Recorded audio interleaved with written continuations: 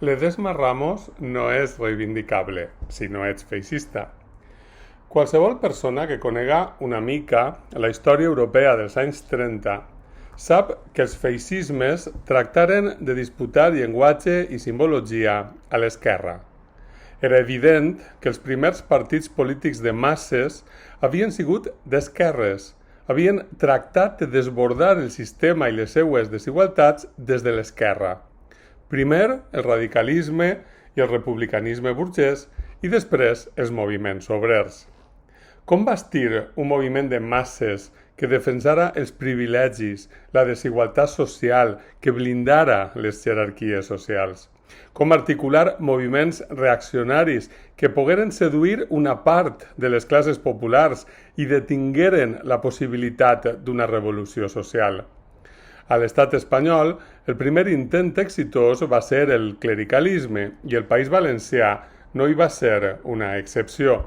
Ramir Reig ho va contar en el seu imprescindible Blasquistes i clericals. Però calia alguna cosa més. Calien moviments seductors i que participaren estèticament de la mateixa modernitat que els seus rivals. Eixa és una manera d'explicar l'emergència dels feixismes.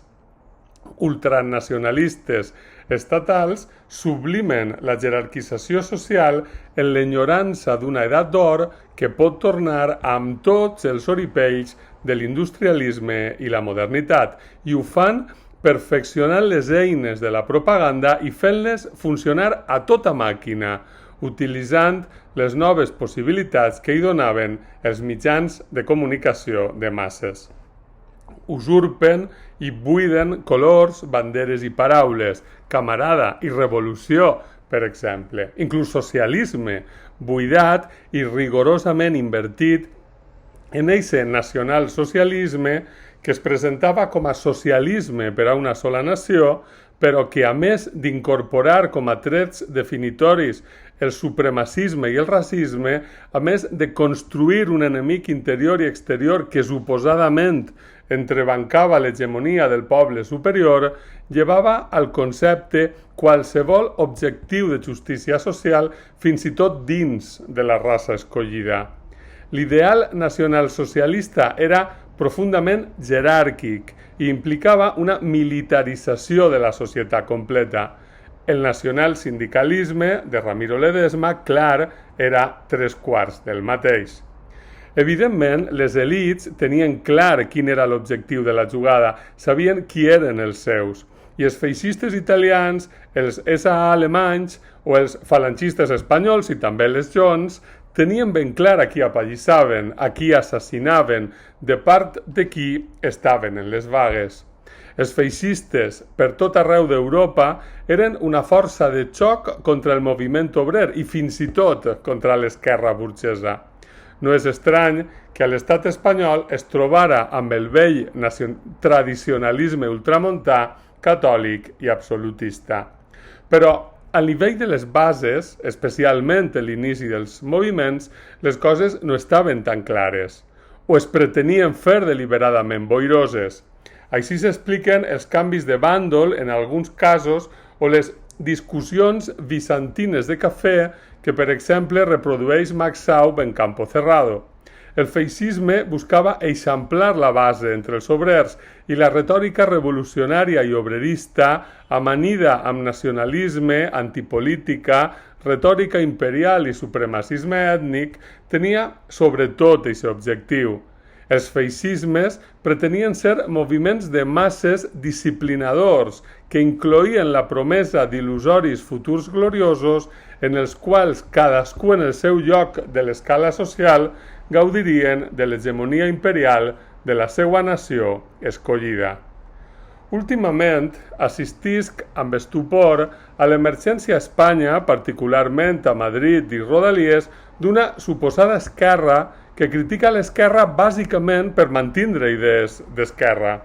Les seues crítiques sempre van en el mateix sentit, buidar de valors d'esquerres les posicions d'esquerres. Per suposat, un dels temes centrals és la lluita contra el dret a l'autodeterminació i fins i tot els drets lingüístics bàsics dels parlants d'altres llengües que no siguen el castellà en nom d'una idea homogènia i monolítica d'Espanya que no es diferencia res del nacionalisme espanyol franquista. Un tal Sergio del Molino és el nou baluart de l'Espanya eterna i monolingüe. Però ja no és només això. La immigració i la situació a les fronteres que s'acosta a la xenofòbia. El retorn a un fisiologisme essencialista d'una part del feminisme que en alguns casos s'uneix obertament a una reivindicació idealitzadora dels rols de gènere heteropatriarcals. La transfòbia que frega directament amb l'homofòbia. Inclús, en alguns casos, com la famosa i promocionada des de Madrid Anaïdi Simón, sembla que comparteix amb Santiago Abascal el seu fervor per Ramiro Ledesma Ramos, el fundador de les JONS. És a dir, hi ha una esquerra, des del Frente Obrero a Víctor Lenore, a Juan Soto Ibars, a Lídia Falcón o a l'esmentada Anaïdi Simón, que l'únic que té d'esquerres és que diu que és d'esquerres. Eixa cerimònia de la confusió que busca buidar de significar les paraules, atraure incauts o incautes, no és per tant nova. És un altre dels signes que ens recorden l'ascens original dels feixismes als anys 30 del segle XX. La història es repeteix com a farsa, però cal estar atents i atentes i no subestimar el problema. Vox fa massa pudor a senyoret, sagristia, copa i puro. És de manera molt clara una escissió del PP desacomplexadament franquista. No seria estrany el sorgiment complementari d'un feixisme amb un aire més modern, que embolique la troca, que tracte d'invertir les paraules i presentar-se paradoxalment com a més verdaderament d'esquerres i obrer que l'esquerra, per al final donar un revestiment èpic i cool a la vella llei del més fort, que és precisament l'únic que el feixisme verdaderament defensa. La resposta de l'esquerra no pot ser més que defensar de manera clara i inequívoca els vells valors de l'esquerra: la llibertat, la igualtat, la fraternitat i la sororitat, la justícia social, l'empoderament de la societat civil, tots els colors del roig, que deia Josep Vicent Marquès, i plantejar les transformacions socials que aquests valors impliquen ací i ara.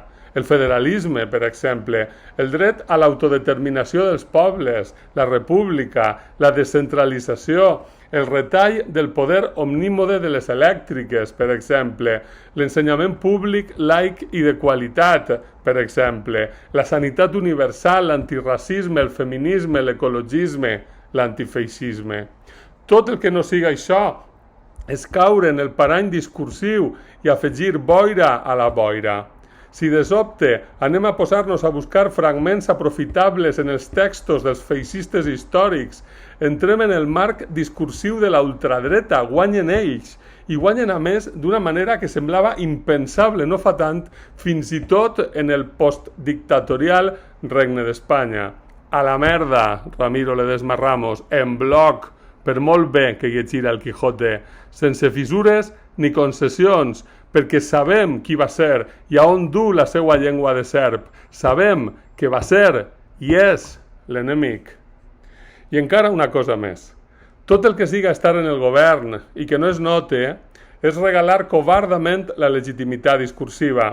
Perquè, en efecte, si governen els nostres i la llum continua pujant de manera abusiva i l'emèrit continua gaudint de la seva impunitat, es transmet la sensació que tot igual, que la política democràtica és una lluita pel poder de faccions de l'elit i que l'objectiu és el poder en ell mateix, encara que siga el poder de gestionar des de dalt una situació injusta i modificable. I això el que fa és retroalimentar els discursos antipolítics. I boira discursiva més antipolítica és un còctel perillós amb molt mal pronòstic.